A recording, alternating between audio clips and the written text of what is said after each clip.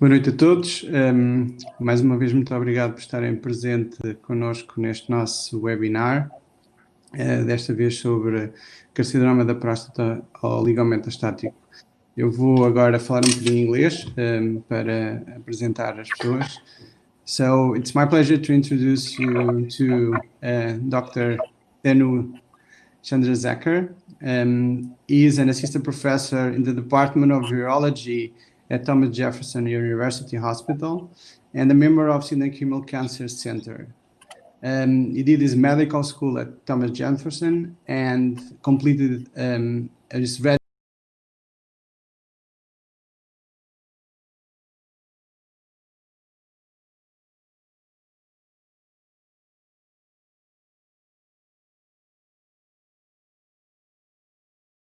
is the director of Abingdon Jefferson Urology, and it's my pleasure to have you here today, Thenu. So as moderators, we have our good friends and distinguished urologist and radiation oncologist, Dr. Paulo Zinhais from Centro Hospitalar de Coimbra, and Dr. Paulo Costa from Hospital Braga, Director of Radiation Oncology, and also Director of CUF for Radiation Oncology at Porto. So I'll leave the floor to Tinu. Thank you very much. Thank you for coming and for your talk. Thank you very much. Thank you, Ricardo. Thanks for the introduction. My name is Saber, like you'd mentioned. My talk is going to be focused on oligometastatic prostate cancer. Before I go on, can you guys see the slides and everything okay? Yes. Yeah. Yes. I think so. All right, so I have no relevant disclosures for this talk. Just as a brief background, I'm situated in Philadelphia. It's known as the home of the American Revolution. It's where kind of the original history of the revolution started here. Also known for our art museum. It's also known as the city of brotherly love, so the famous love sign near City Hall. Though it may be better known for some people as the home of Rocky Balboa. It's where that was filmed and one of our more famous citizens, I guess. More recently,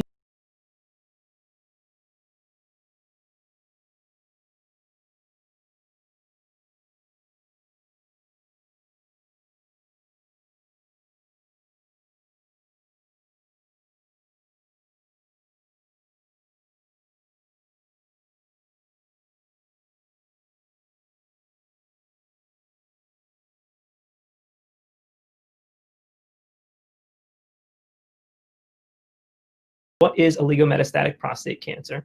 Provide a historical perspective as well as current treatment paradigms for this disease state. And then to focus on recent developments as well as future directions, with a particular focus on the treatment of the primary tumor as well as treatment of the metastases. So let's start by defining oligometastatic prostate cancer. Oligometastatic disease is an intermediate state of cancer spread, somewhere between localized disease and widespread.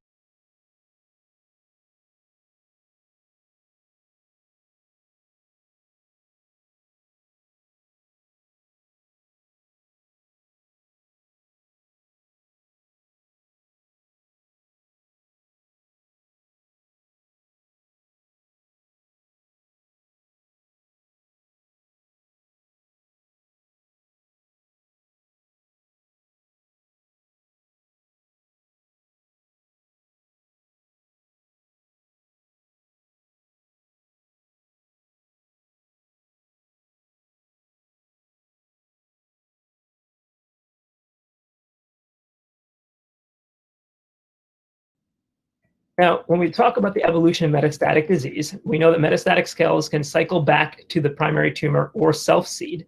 So both the primary tumor and existing metastases can seed new sites of disease. So really, to change the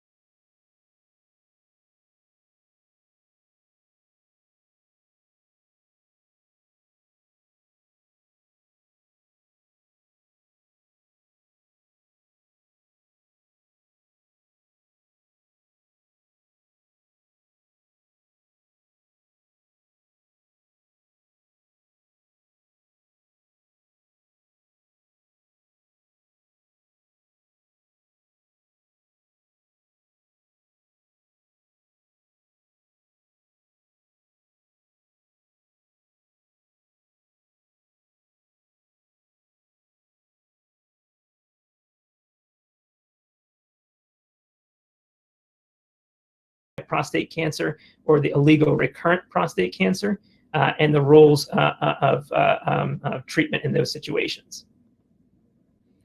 None of these talks, as I'm sure the previous ones have mentioned, none of these talks are complete without discussing the impact of novel imaging. Though it should be noted that even conventional imaging has had significant improvement in quality. So patients that were oligometastatic on older CT scans and bone scans may be very different on more recent CT scans and bone scans.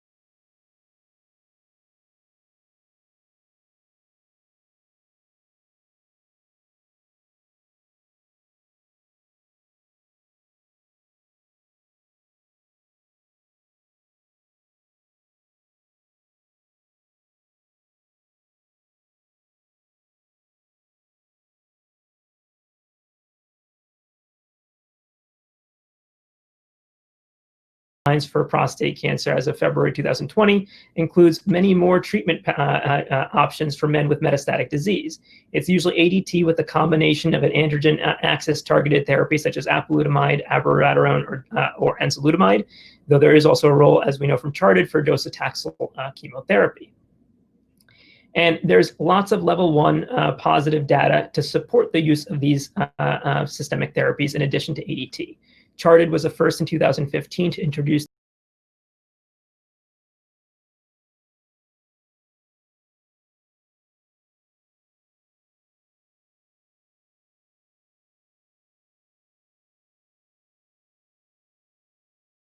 I do want to specifically introduce the concept from Charted of because that was the first study that introduced the idea that there may be a difference between the volume of metastatic disease and its impact on therapy.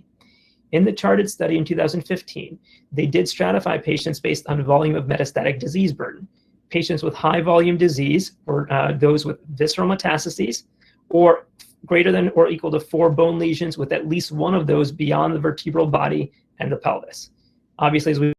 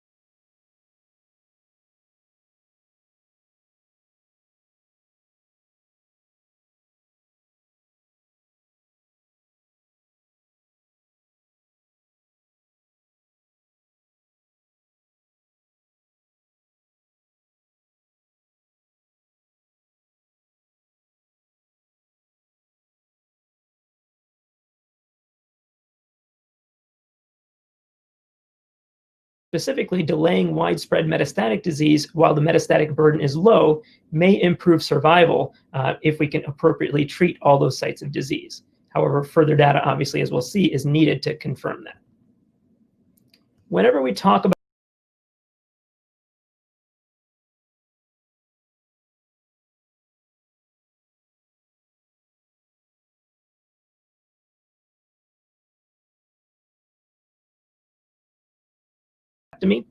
And while that isn't directly the question we're looking at in our talk today, I would like to point out that in the patients in the observation arm, the patients that did not get immediate ADT, these were patients that got a prostatectomy, got node dissection, and had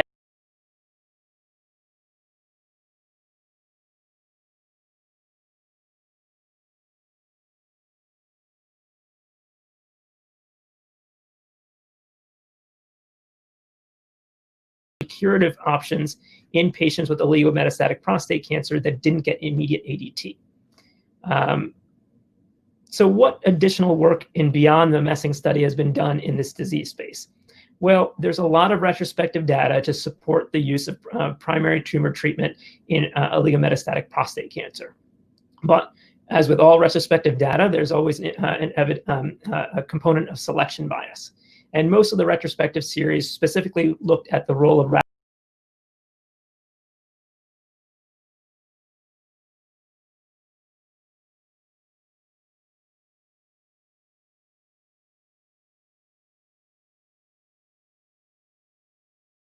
likely to do well. So this is all retrospective data and therefore limited in that standpoint. From a prospective data standpoint, there have been two studies, specifically HORAD and STAMPEDE, that have now been completed and reported. And I'm going to go into those in a little bit more detail. And unfortunately, at this time, that's the only prospective data, strong data that we have in this disease state that we can rely on. So the first study is the HORAD study by Bove et al. It was a prospective multi-center randomized controlled trial looking at patients with de novo metastatic prostate cancer with bony metastatic disease. And patients were randomized to either hormone therapy alone or hormone therapy plus external beam radiation therapy to the prostate. Now, importantly, this study was initiated in the 2000s, well before Charted had even initiated, or definitely before it had been reported. And that'll be a component of our discussion in just a few minutes. They assessed 446 patients and ultimately randomized 432, brought 216 to each arm, one that got ADT alone and then one that got ADT with radiation to the prostate. And jumping straight to the primary outcomes,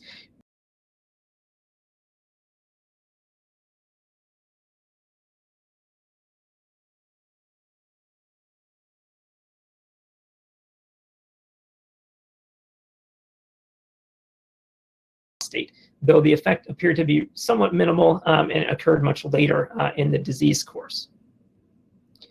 But when you look at table 1, which is the demographics, and then ultimately you look at the forest plot that looks at the different sub-analyses in the study, I'm going to draw your attention specifically to the level or degree of metastatic burden. So in their study, approximately 40% in both arms had less than 5 sites of metastatic disease, which is what, by our definition, we would typically consider oligometastatic, or at least as close to our definition as possible. And when you look at the waterfall, or the forest plot, patients with less than 5 metastases were the only subset that showed a hint of potentially having a benefit of radiotherapy to the primary tumor. Now, this was not clinically significant or statistically significant. The hazard ratio was 0.68, and I'll have you keep that in mind because that number comes back up again in a few minutes. But again, as we mentioned, it wasn't powered to reach significance in this particular study and was looked at more retrospectively after Charted had already been reported. So ultimately from HORAD, there was no additional benefit with radiation therapy to the prostate in unselected men with de novo metastatic prostate cancer and bony metastatic disease. However, as the study was initiated well before Charted, the concept of low versus high disease burden wasn't yet well understood. It did hint at a benefit in low volume metastatic burden patients that ultimately led to some of the other studies we're now going to talk about. So the other major study in this disease space in answering this question was the STAMPEDE study. As we all know, STAMPEDE is a novel trial design where they continue to add arms as they go forward. And arm H of the study was specifically looking at the addition of radiation therapy to the prostate for patients with de novo metastatic or prostate cancer. So the intervention was either ADT alone or ADT plus external beam radiation therapy to the prostate. As part of their analysis, they did look at daily versus weekly EBRT, and I'm not going to delve into that too much. These are the different arms of Stampede, and Arm H is the arm we're going to be focusing on. They did include a sub-analysis, or I should say a subsequent analysis based on charted criteria. When this trial started, charted had not yet reported. However, they did incorporate the stratification as the study was ongoing before any interim analysis had been done. Their definition was consistent with the charted criteria, and they found that about 40% of their patients met the low burden criteria, and about 54% of their patients would have met the high burden criteria. Now, also jumping straight to the punchline for Stampede, with a median follow-up of 37 months, there was no benefit, overall survival benefit with the addition of radiation to the primary tumor. However, there was a failure-free survival benefit with a hazard ratio of 0.76 and a p-value less than 0.01. Again, I draw your attention to Table 1 and the forest plot with a specific focus on the metastatic burden. As I mentioned before, about 40% of both arms had low burden patients, about 55% had high burden volume of metastatic burden. And when they look specifically at the primary outcome, which is overall survival, there was a statistical or a benefit to addition of radiation therapy to the prostate in patients with low metastatic burden. Interestingly, the hazard ratio again was 0.68, which is consistent with HORAD. But again, this time they were more powered to actually answer that question, and it was statistically significant. Looking at the Kaplan-Meier curves, the top two curves look at low and high metastatic burden overall survival. As you can see, there's an early and clear separation on the left for low metastatic burden, with no difference in the patients with high metastatic burden. In failure-free survival, that separation is even earlier and more pronounced. And ultimately, what we can take from Stampede is that in an unselected cohort of de novo metastatic prostate cancer, there was no overall survival benefit with the addition of radiation therapy to the prostate, though there was a failure-free survival benefit. But based on pre-specified analysis, based on charted criteria, that overall survival benefit was evident in men with low metastatic burden, and that failure-free survival benefit we saw in the overall cohort was primarily driven by benefit in the patients with low metastatic burden. It did not appear to be evident in men with high metastatic burden. Based on this, the authors concluded that there's good reason to accept that prostate radiotherapy improves survival in men with low metastatic burden, and it should be a standard of care. And indeed, if you look back on the NCCN criteria, it is actually listed as a standard treatment now for men with de novo metastatic prostate cancer who have oligometastatic disease. The caveat, and the authors noticed this too, is that in men with low volume burden per charted criteria, you can actually have an unlimited number of metastases as long as those metastases are limited to the axial skeleton and pelvic lymph nodes. So it doesn't quite sync up with our definition of oligometastatic prostate cancer, and this is another area we as a field need to better pin down in terms of what do we consider oligometastatic disease, and make sure we're all consistent with that definition moving forward. The authors also mentioned their discussion appropriately that while they tested radiation therapy, it is possible that other forms of local therapies, including prostatectomy, may also be effective. But that's assuming if the benefit of radiotherapy is only mediated by local tumor eradication. If the radiotherapy is effective via other mechanisms such as immune modulation, prostate surgery may not have that same efficacy. But luckily, we have many ongoing trials to help answer that question, many of which we'll probably be reporting in the next few years. And those look at, some of them look specifically at radical prostatectomy. The SWOG 1802 study actually leaves it up to the treating physician, whether or not it's radiation or prostatectomy. But I definitely think those studies will add more to the field moving forward. But for right now, we are dependent on these two studies that we have. There was a systematic review or meta-analysis called STOPCAP that combined HORAD and Stampede. I'll go through the results briefly, but none of the results are all that surprising considering we know about what we know about the two primary studies. Looking at the primary outcome for the overall cohorts, again, there was no overall or progression-free survival benefit. They did notice a biochemical progression-free benefit as well as a failure-free survival benefit for radiation therapy. But then when we looked based on metastatic burden, that's obviously much more pronounced. Overall survival benefit, progression-free survival benefit, and failure-free survival benefit all favored the addition of radiation therapy to the primary tumor.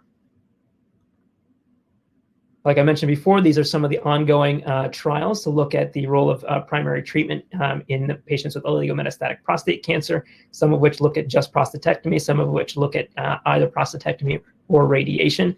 And Stampede is, again, not far behind. They've added yet another arm to their study looking at this additional question, basically.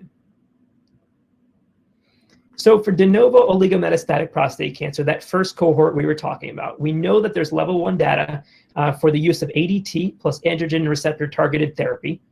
We know, and there now is phase 3 prospective randomized control data supporting the use of local therapy, specifically EBRT to the primary tumor. However, we still have work to do because there needs to be better clarification of the mode of local therapy that we utilize, and we need a better definition of oligometastatic disease.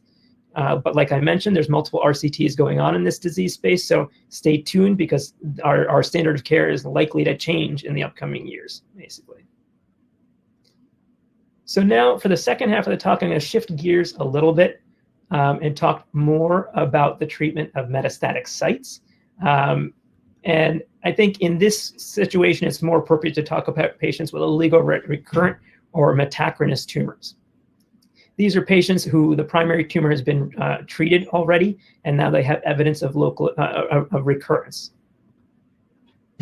Why is this important? Well, relapse patterns after primary prostate cancer treatment have consistently demonstrated that most patients relapse with 1 to 3 sites of metastatic disease. So many of them fit that definition of oligometastatic prostate cancer.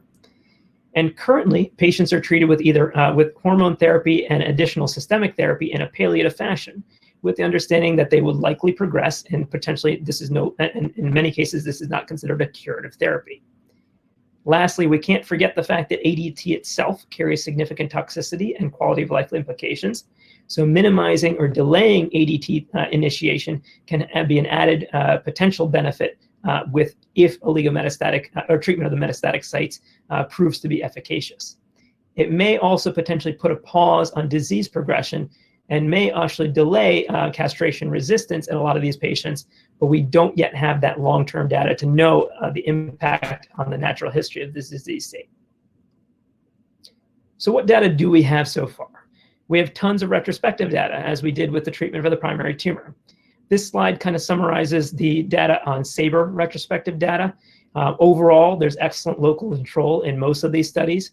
The 2-year progression-free survival is between 35 to 55% consistently amongst all of these studies. So we know that Saber is effective and well tolerated for a lot of these metastatic sites.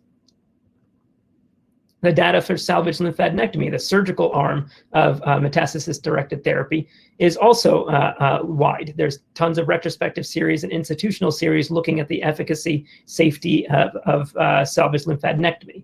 There's about a 50% complete biochemical response in most of these studies, and the 5-year cancer-specific survival is about 57 to 75% in most of these studies. But ultimately, these are all retrospective series, well-selected patients, and doesn't really answer the question for all comers.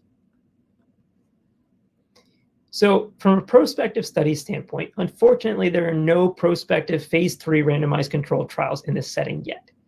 There are 2 prostate cancer-specific phase 2 RCTs, STOMP and ORIOL.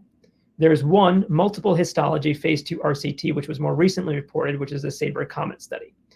I'm going to go through all 3 of these in a little bit more detail. The first is the STOMP study by Piet Oost et al. It was a prospective phase 2 randomized controlled study looking at patients with biochemical recurrence with 1 through 3 extracranial metastases on a choline PET. Again, this is a choline PET. This is not standard staging studies, so important to remember when we're comparing against the ORIOL study, which I'll talk about in a minute. This does use novel imaging, so many of these patients may have been clinical M0 under conventional imaging. This looks at surveillance or MDT to all metastatic sites, and they did allow MDT to be either surgery or SBRT. They left it up to the treating physician, basically. But all metastatic sites had to be treated in order for it to be in the treatment arm. They ultimately randomized 62 patients, 31 to each arm, and they analyzed the study as an intent to treat as well as a per protocol. It should be noted about 5 patients allocated to the surveillance arm actually did undergo metastasis-directed therapy, so that's why the two different analyses were completed.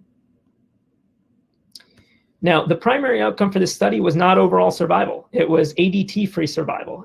It was considered an intermediate outcome that's comparable to metastasis-free survival for patients who are clinical M0, and it was used as a surrogate. So we have to take that into account when we look at this study. But ultimately, it should be noted that while there does appear to be a signal of a benefit with the addition of MDT to these patients, they were both by intention to treat and per protocol analysis, these were not statistically different, though arguably with longer follow-up that may have changed. The indications for ADT were symptoms, local progression, or evidence of polymetastatic progression more than 3 sites of metastatic disease. So again, there's a hint that there may be a benefit with the addition of MDT, but not statistically significant. There was significantly less symptomatic or local progression in patients with MDT.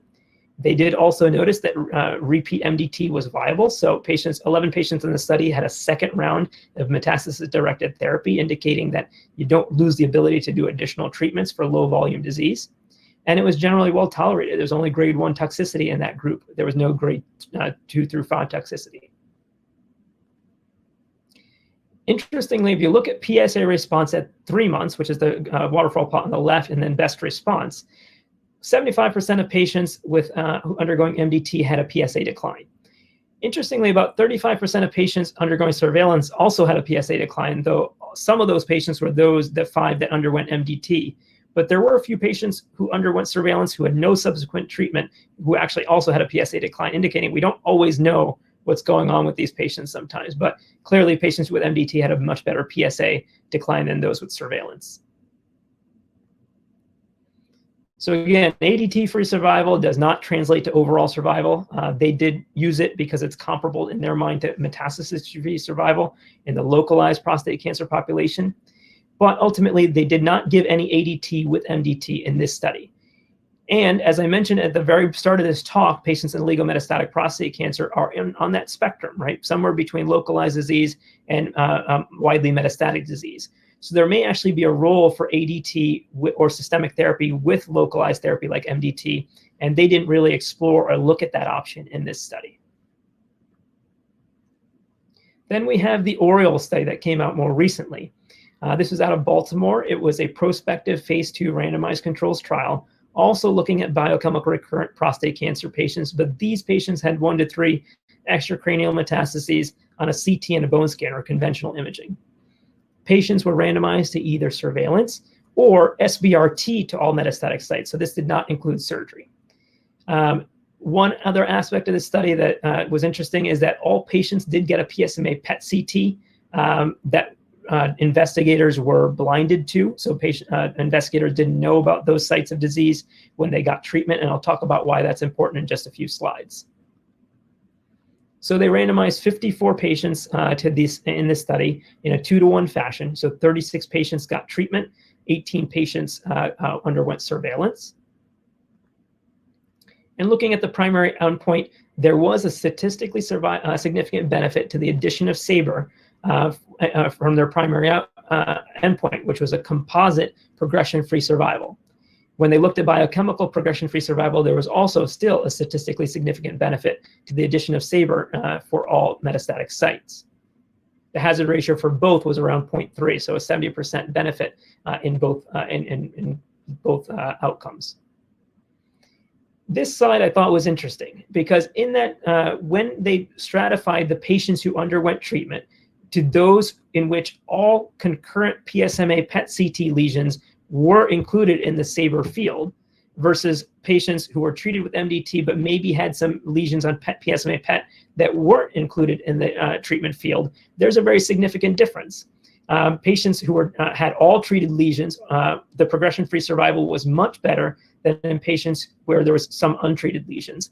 Similarly, their distant metastasis-free survival was also much better in patients who had all lesions treated than those that had any untreated lesions, suggesting that with more novel imaging, if we can better actually risk stratify patients and accurately identify all sites of metastatic disease and treat them, those patients might actually do very well in the long term with potentially durable response. So this was a very interesting aspect, I think, of the Oriole study that maybe doesn't get enough attention sometimes, but the inclusion of the PSMA PET CT that the investigators were blinded to, I think provides some provocative data there. So compared to STOMP, which was choline PET, Oriole used conventional imaging and still demonstrated a significant benefit with the addition of Saber to all metastatic sites.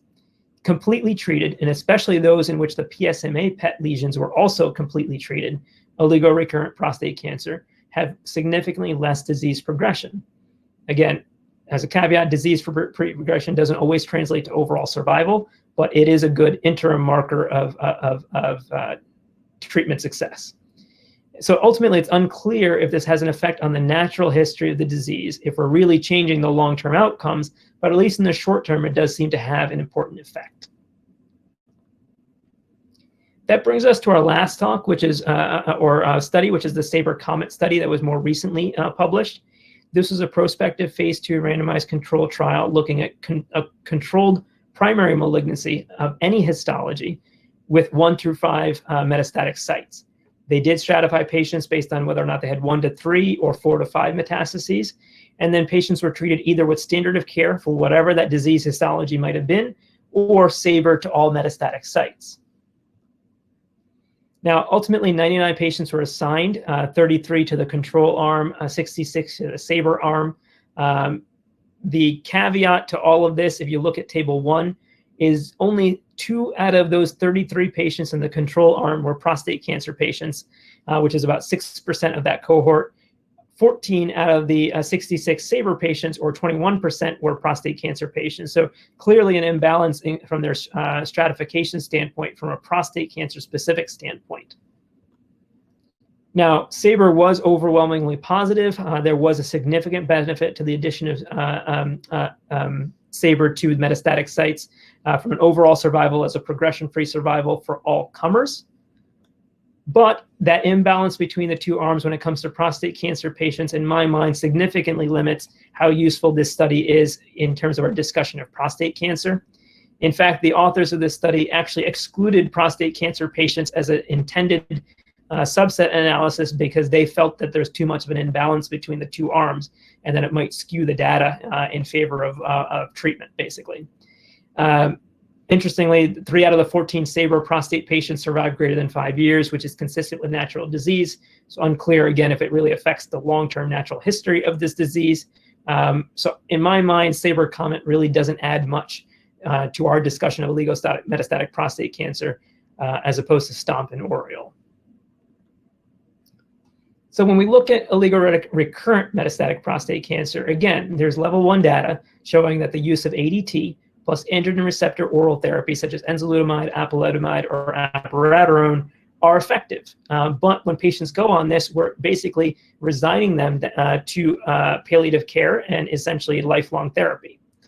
But there is now early phase 2 prospective randomized data supporting the treatment with MDT, or metastasis-directed therapy, and specifically, so far, Saber to all metastatic sites. Obviously, there's much more research that's needed to personalize treatment for this space. And in my mind, there's 2 questions that we still need to answer. 1, what is the best mode of therapy? Is it Saber or is it surgery? Obviously, surgery is a little bit more limited in terms of the sites of disease we can treat, but there may potentially still be a role in that situation. And then, more importantly, neither one of these studies really looked at, is there a role or benefit to metastasis-directed therapy with systemic therapy? Would that be more efficacious than just one or the other? And I think that is ongoing, and I know there's studies that are looking at that question, but we have not yet answered that at this point. So I kind of want to finish this off with a little bit of a case presentation to kind of bring some of this together and look at the different possibilities of what we can from a treatment standpoint. So this is a patient I saw not too long ago. He's actually a 60-year-old man with a recent diagnosis of high-risk prostate cancer who was referred to us for evaluation. He's very healthy, ECOG 0, very active. Minimal medical history.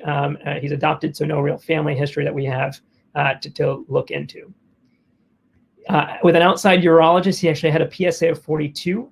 He had a palpable nodule on exam. He had a hard prostate, but it wasn't fixed. His prostate biopsy in March demonstrated high volume, high risk prostate cancer with a Gleason grade group 4 primarily, involving both sides of the prostate. When he came to us, we ultimately got staging studies. So he had a CAT scan of the abdomen and pelvis, had a left iliac bone sclerotic lesion that ultimately was negative on a bone scan. He did have a right-sided 1 centimeter external iliac node with no other significant adenopathy. His bone scan did mention a little bit of focal uptake in the cervical spine. Ultimately, his C-spine films were negative, and the previously noted iliac bone lesion on the CAT scan was also negative on the bone scan. We had also gotten an MRI as part of our staging and evaluation. He had gotten it demonstrated 3 prostate lesions, but also, interestingly, had irregular nodal distribution. Actually had an anterior prostate node, a node anterior to the bladder, as well as a mesorectal node that all looked a little slightly enlarged and somewhat concerning. Due to the unusual distribution, we actually had our radiologist try and get a biopsy of that anterior prostate node, which was the most accessible. Unfortunately, ended up being non-diagnostic. So in summary, this was a 60-year-old man in very good health with the most recent PSA of 42, Gleason grade group 4 prostate cancer, clinical T3B, in my mind, probably N1, M0 prostate cancer. So ultimately, he either has locally advanced very high-risk disease or likely oligometastatic disease. So at this point, what would you offer the patient? And I guess what are the different possibilities? In our mind, what did we offer the patient? One, there's always standard of care. So locally advanced prostate cancer, obviously there's always a role for surgery, which I didn't put down there, but we did offer him radiation therapy plus hormones for 2 years. If we considered him oligometastatic, we went down the pathway and would have offered him hormone therapy plus an androgen receptor axis targeted therapy, plus radiation to the prostate based on the data we talked about today. From a clinical trial standpoint, we offered him Cascara, which is a trial that we have ongoing for de novo metastatic prostate cancer. But in my mind, I actually offered him off trial at that point because, again, there's no data to support it at this point.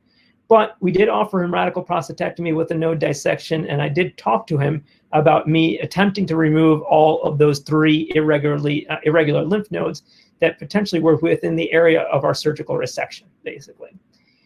We had a long discussion about the fact that it was off trial, but he was young, healthy, and we wanted to give him that option. Now, ultimately, he decided to go down the pathway of radiation therapy with hormones. But I do think it's important to kind of consider that this is a disease state we're going to start seeing more often, that we need to start thinking about these other treatment modalities, basically. So at that point, I'd like to stop and happy to take any questions and go from there.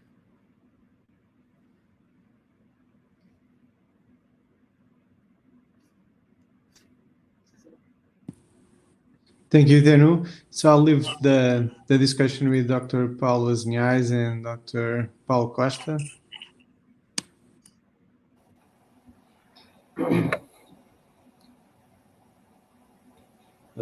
So Tenu, he was N1, and you decided to do radiotherapy to him? We did. And it was a discussion. I think we went back and forth between our radiation oncologist and our medical oncologist in terms of, did we consider this true prostate cancer nodal disease, or did we consider, because of the irregular distribution, is this a chance this was potentially something else? We decided to go down. Sorry, go ahead. Excuse me. With or without the iliac nodes template irradiation? With the iliac node template. Dr. Pinover, who's our radiation oncologist, would have treated the nodes as well. Okay. And so we felt that those 3 irregular nodes would have been within the field of treatment. And so we decided to go down that pathway. So, Tenu, one question about the staging on this patient. Did you went for additional studying, namely a PET PSMA, to understand how far is this situation has gone, in order to better select which treatment you could propose to the patient? We actually had discussed the role of a PSMA PET scan or an Axiom study in this situation. PSMA PET is not as easily available here yet as it probably should be. So we've had much more difficulty getting that unless it's on trial typically. the Axumin is a little bit easier. So we did discuss that with him. We didn't think it would change our management a lot for him. And so he ultimately opted against it. But that was something we had talked about, additional imaging, to see if we would pick up additional sites of disease that would change that management. Okay, and the radiation treatment, it was a conventional treatment, like 8-week treatment. Is that it, what was proposed? Yes, correct. No hypofractionation, you usually don't do it, right? No, at least not at this time. I know there's ongoing trials. He wasn't eligible for any of the NRG studies that I think we would have tried to enroll him for. Okay. Yes.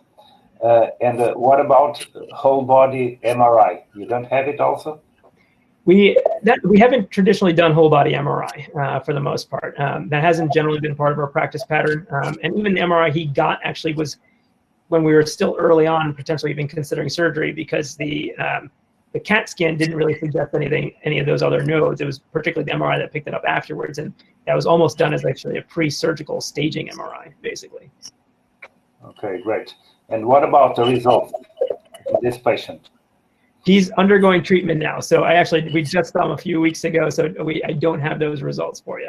Okay. One additional question, Tenu, I think probably you have evaluated that, is that the volume of the prostate. I don't know if that is really important when you decide to go for radiation. And if you don't do it on the spot, do you consider starting hormone therapy and delay beginning of radiation therapy? I didn't understood the volume of this prostate. Yeah, so his prostate wasn't, and for volume of disease, I mean, obviously from a symptom management standpoint, we often will recommend bladder outlet procedures prior to radiation if they're enlarged. He was not symptomatic. He was young at 60. His prostate wasn't large enough that we felt that we needed to do any of the procedures. If that was considered, then yeah, sometimes we start him on hormones, do the bladder outlet procedure before surgery, before radiation. Okay. Yeah. I don't think I saw any questions. Oh, actually, there was one question there. About metastatic prostate cancer, M1B at diagnosis, what is the threshold for the number of metastases that used for treating patients with radiation therapy and hormone therapy? I don't think there's a great threshold for patients with metastatic disease. I mean, technically, it's not the standard of care if they've got obvious metastatic disease. Again, for oligometastatic disease, if you're adding it to systemic therapy, then I think it would be limited to 1 through 5 metastases per our standard definition now. As we talked about earlier, unfortunately, there is no great standard definition. Charted doesn't meet the same criteria as that oligometastatic criteria. So I think it's definitely still a patient-specific or patient-dependent analysis at this point. Unfortunately, we do need better clarification in terms of what patients are eligible, basically. Yeah. There was a question about ctDNA in this particular setting. I think that's a great question. I think there's going to be a lot of secondary analyses to many of the studies that are ongoing that are probably going to look at the value of ctDNA in terms of the role and how that impacts whether or not we should be treating these patients in the oligometastatic setting. Particularly from a treatment response standpoint, I think would be particularly useful. I think you didn't speak about biomarkers. What do you think about the importance of biomarkers to distinguish between the really oligometastatic prostate cancer and those who are progressive since the beginning? Understand? Yeah, that's a good question. Unfortunately, none of these studies included biomarkers to begin with. I think there are going to be a lot of biomarkers that help risk stratify patients, particularly on the genomic aspect in terms of are they more aggressive or less aggressive. We use Decipher a lot to kind of help us in terms of risk stratifying patients for adjuvant radiotherapy. I think similar biomarkers may be useful in that situation to say, is this a more aggressive cancer that even though it's oligometastatic now is likely to progress pretty quickly that may not warrant oligometastatic treatment or local therapy versus is it a more indolent treatment course or more indolent course that may benefit from local therapy and actually truly delay disease progression, basically. I don't have any great biomarkers at this point, I think, in this setting that have been established.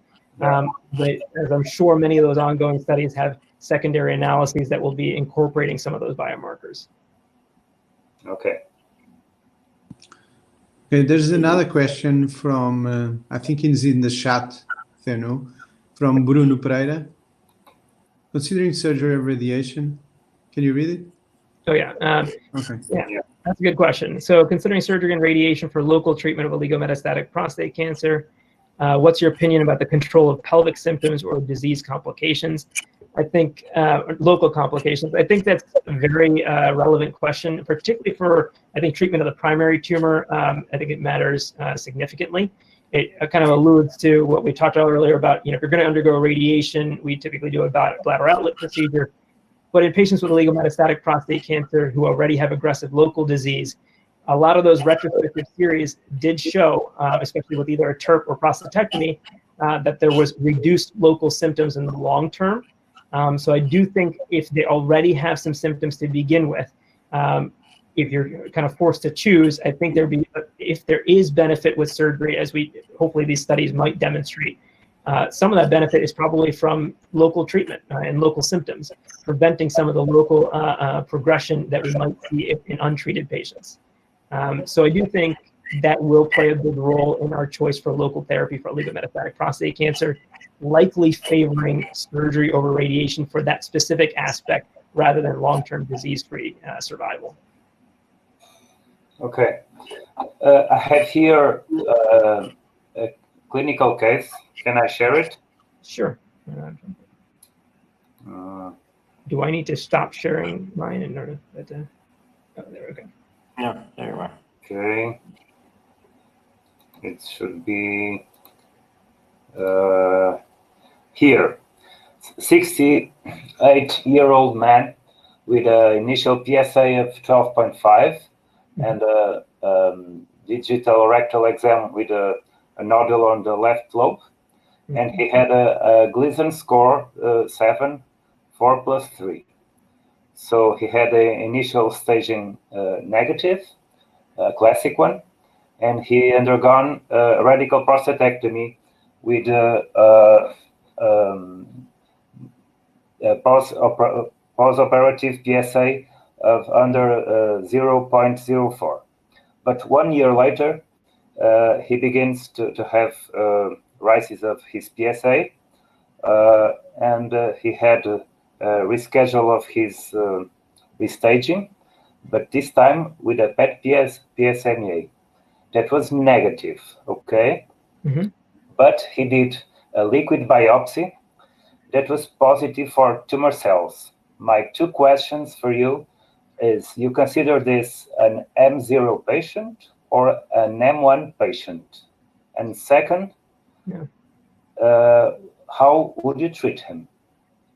So obviously, a pretty provocative question in terms of what the data we have so far.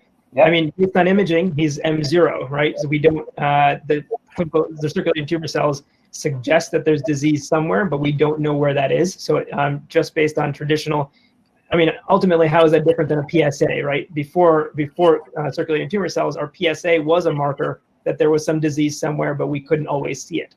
And we treated those patients as clinical M0.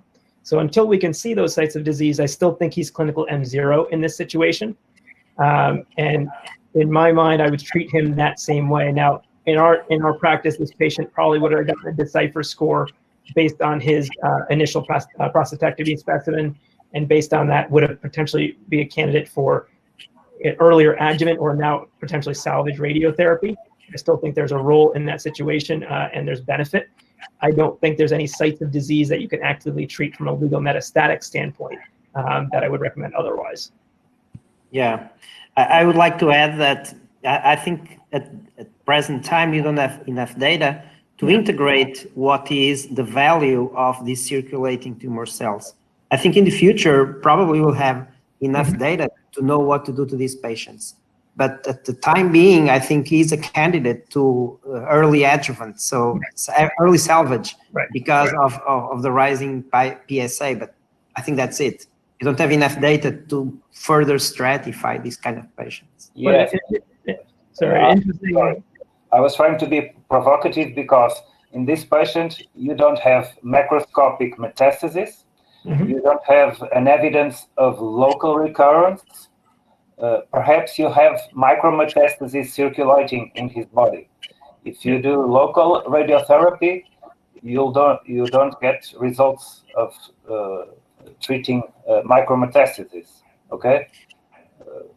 Yeah, you are right. You are right. But you have data for early salvage treatment. So if you propose that kind of treatment, you have enough randomized data that can support your treatment. Of course, waiting is also a possibility, but you can overlap your treatment if you wait too much.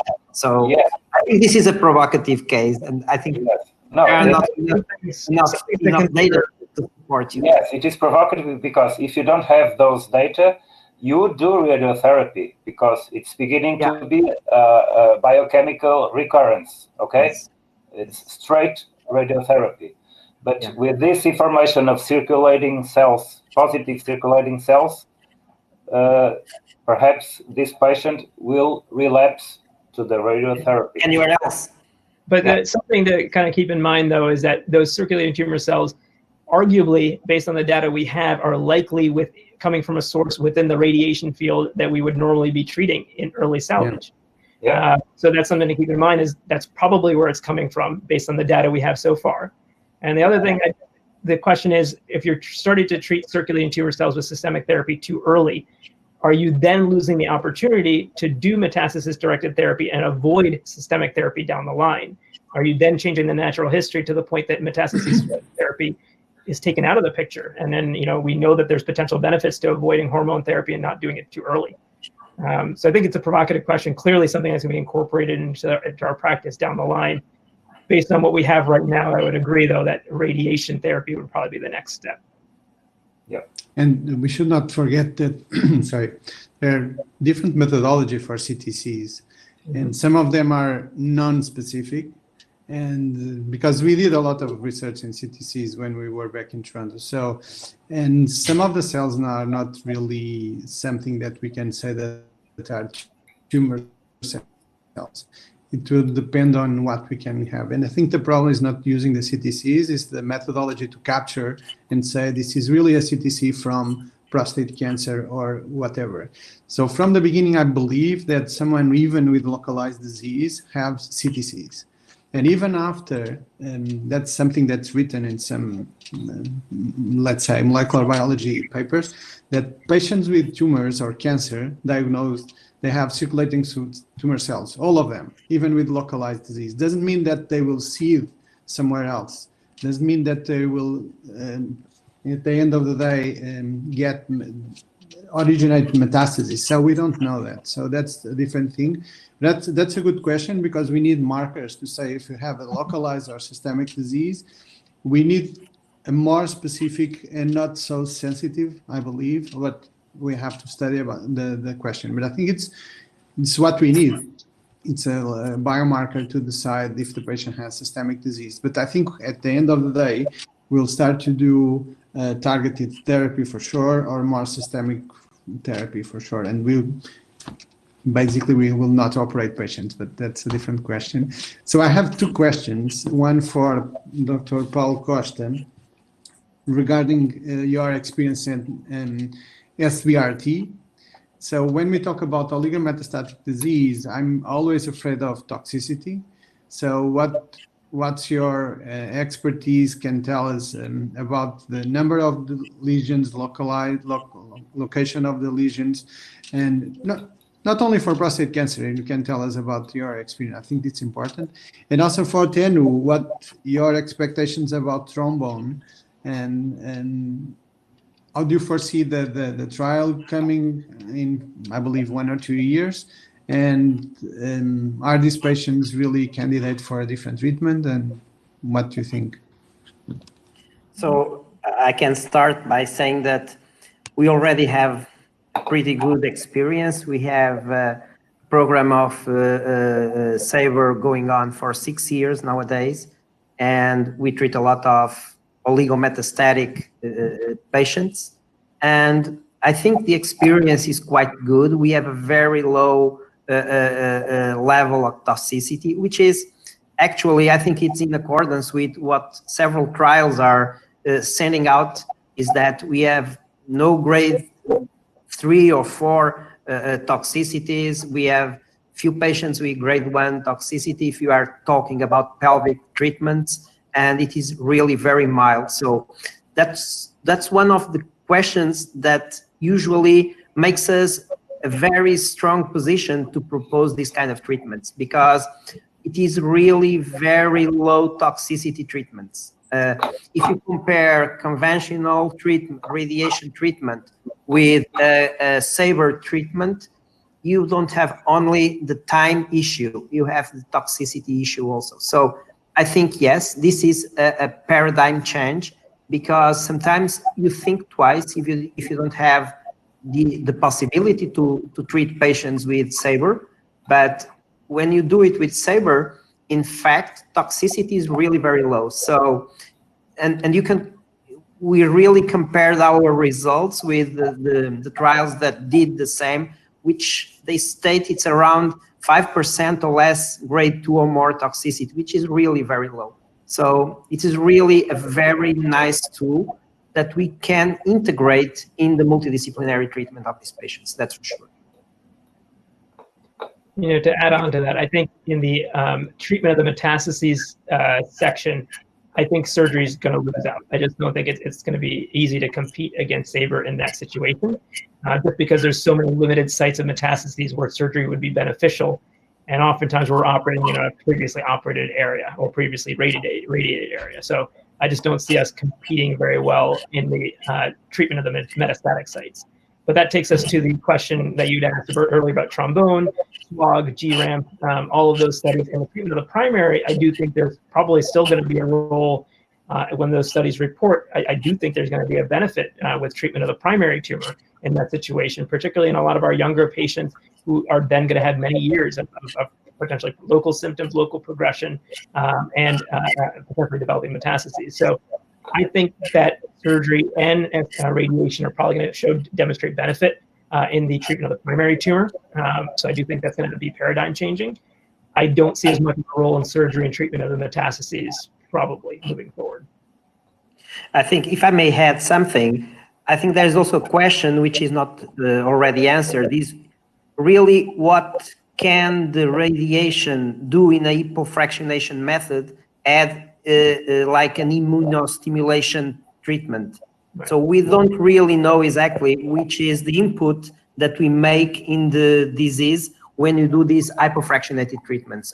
And I think Tenno mentioned very well that part of the trial that was done with Saber, it was done with an hypofractionated manner, and the results on that part of the trial, they were really very good. So we don't really know if it's only about the ablative doses that we are doing, but probably can add also some immunostimulatory effect. We don't really know that. I think we are still very early in these kind of trials, but it is promising results, and we know that we have a very nice tool that we can add to these kind of patients. I think adding the SWOG study will be interesting, as will the new Stampede arm, because they allow for radical prostatectomy or radiation therapy. And I think those are the only studies where in that same study population, you'll see both primary treatments. And I think may allude to whether or not it's truly just treatment of the primary, or is there some immunomodulating effect from the radiation that's providing additional benefit that the surgery might not be able to. Yeah. Mm-hmm.